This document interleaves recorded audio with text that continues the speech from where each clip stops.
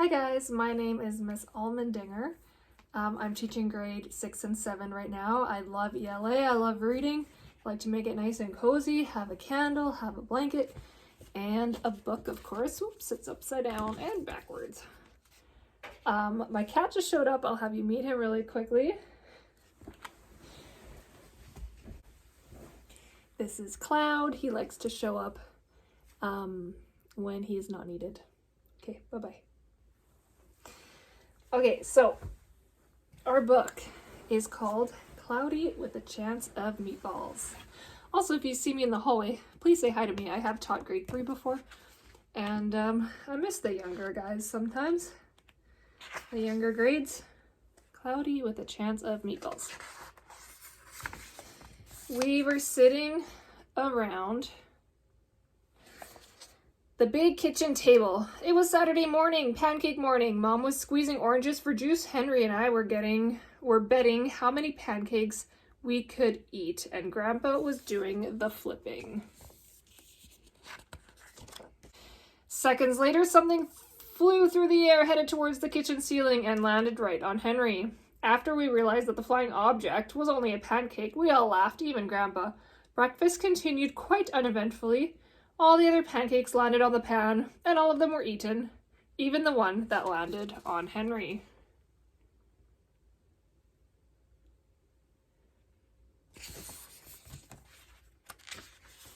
That night, touched off by the pancake incident at breakfast, Grandpa told us the best tall-tale bedtime story he'd ever told. Across an ocean, over lots of huge bumpy mountains, across 3 hot deserts and 1 smaller ocean, there lay the tiny town of Chewenswallow.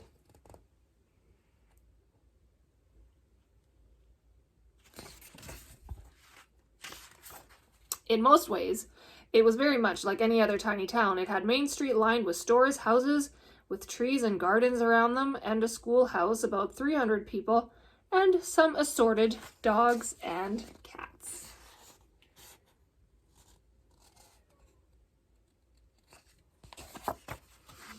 But there was no food in the stores of the town of Chewenswallow.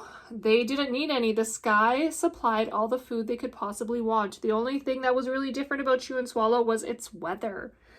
It came 3 times a day, at breakfast, lunch, and dinner. Everything that everyone ate came from the sky.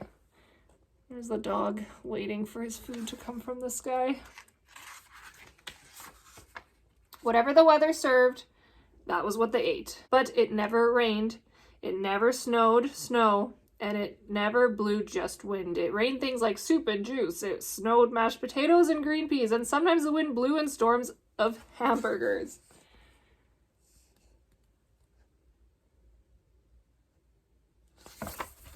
Some great illustrations in this book. The people could watch the weather report on television in the morning, and they would even hear a prediction for the next day's food. When the townspeople went outside, they carried their plates, cups, glasses, forks, spoons, knives, and napkins with them. That way they would always be prepared for any kind of weather.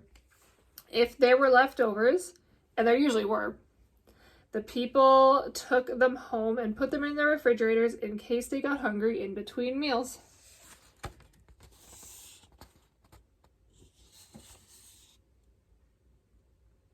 The menu varied. By the time they woke up in the morning, breakfast was coming down. After a brief shower of orange juice, low clouds of sunny-side-up eggs moved in, followed by pieces of toast. Butter and jelly sprinkled down for the toast, and most of the time it rained milk afterwards.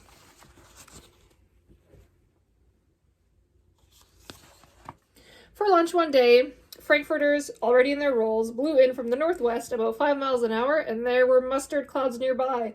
The wind shifted to the east and brought in baked beans. A drizzle of soda finished off the meal.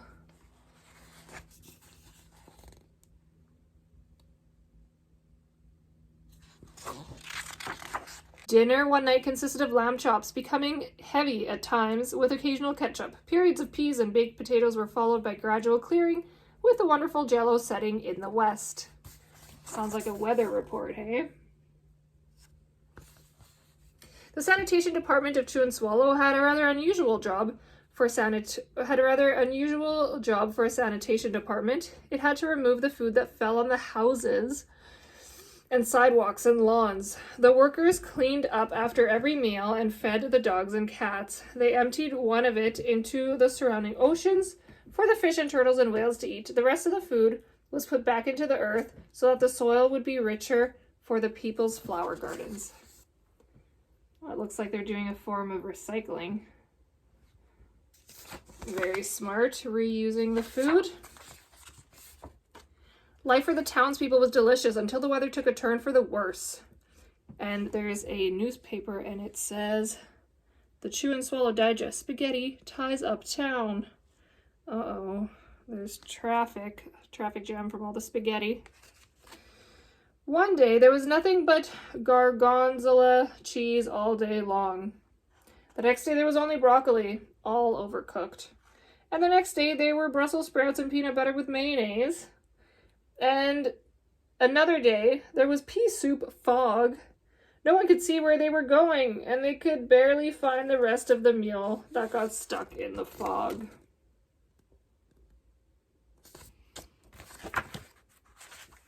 The food was getting larger and larger, so were the portions. The people were getting frightened. Violent storms blew up frequently. Awful things were happening. On Tuesday, there was a hurricane of bread rolls, and all day long into the night. There were soft rolls and hard rolls, some with the seeds, some without. There was white bread and rye and whole wheat toast.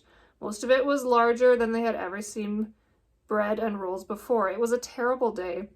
Everyone had to stay indoors. Roofs were damaged, and the sanitation department was beside itself. The mess took the workers 4 days to clean up, and the sea was full of floating rolls. To help out, the people piled as much bread as they could into their backyards. The birds picked at it a bit, but it just stayed there and got staler and staler. There was a storm of pancakes. One morning, a downpour of maple syrup that nearly flooded the town. A huge pancake covered the school. No one could get it off because of its weight, so they had to close the school. Lunch one day brought 15-inch drifts of cream cheese and jelly sandwiches. Everyone ate themselves sick, and the day ended with a stomachache.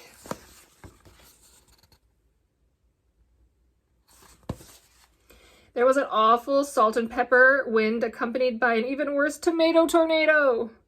People were sneezing themselves silly and running to avoid the tomatoes. The town was a mess.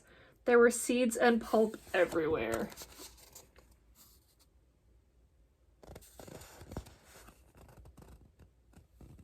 Some pretty funny pictures in there. The sanitation department gave up. The job was too big. Everyone feared for their lives. They couldn't go outside most of the time. Many houses had been badly damaged by giant meatballs. Stores were boarded up, and there was no more school for the children.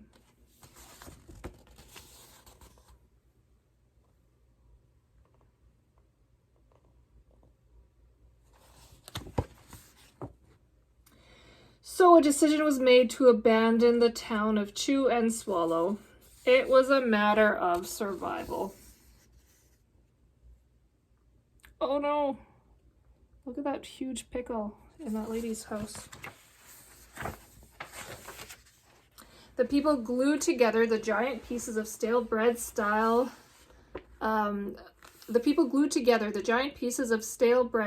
style with peanut butter, took the absolute necessities with them, and set sail on their rafts for a new land.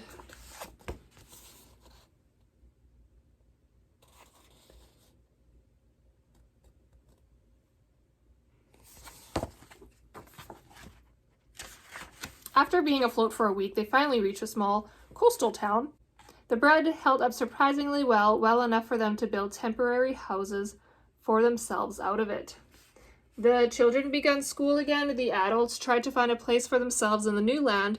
The biggest change they had to make was getting used to buying food at a supermarket. They found it odd that the food was kept on shelves, packaged in boxes, cans, and bottles. Meat that had to be cooked was kept in large refrigerators. Nothing came down from the sky except snow and rain. The clouds above their heads were not made of fried eggs. No one even got hit by a hamburger again. and nobody dared to go back to Chew and Swallow to find out what had happened to it. They were too afraid. Henry and I were awake until the very end of Grandpa's story. I remembered his goodnight kiss.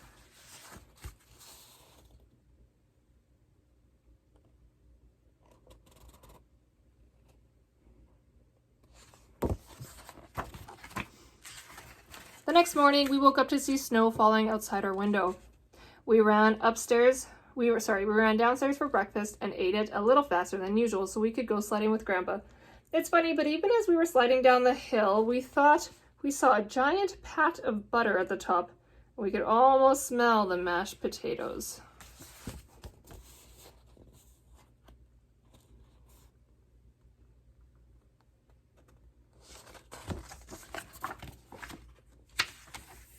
The end. And there's some other kind of books from that same author. And this is what the back looks like. Thank you for listening to one of my favorite illustrated books. Have a great day. Bye-bye.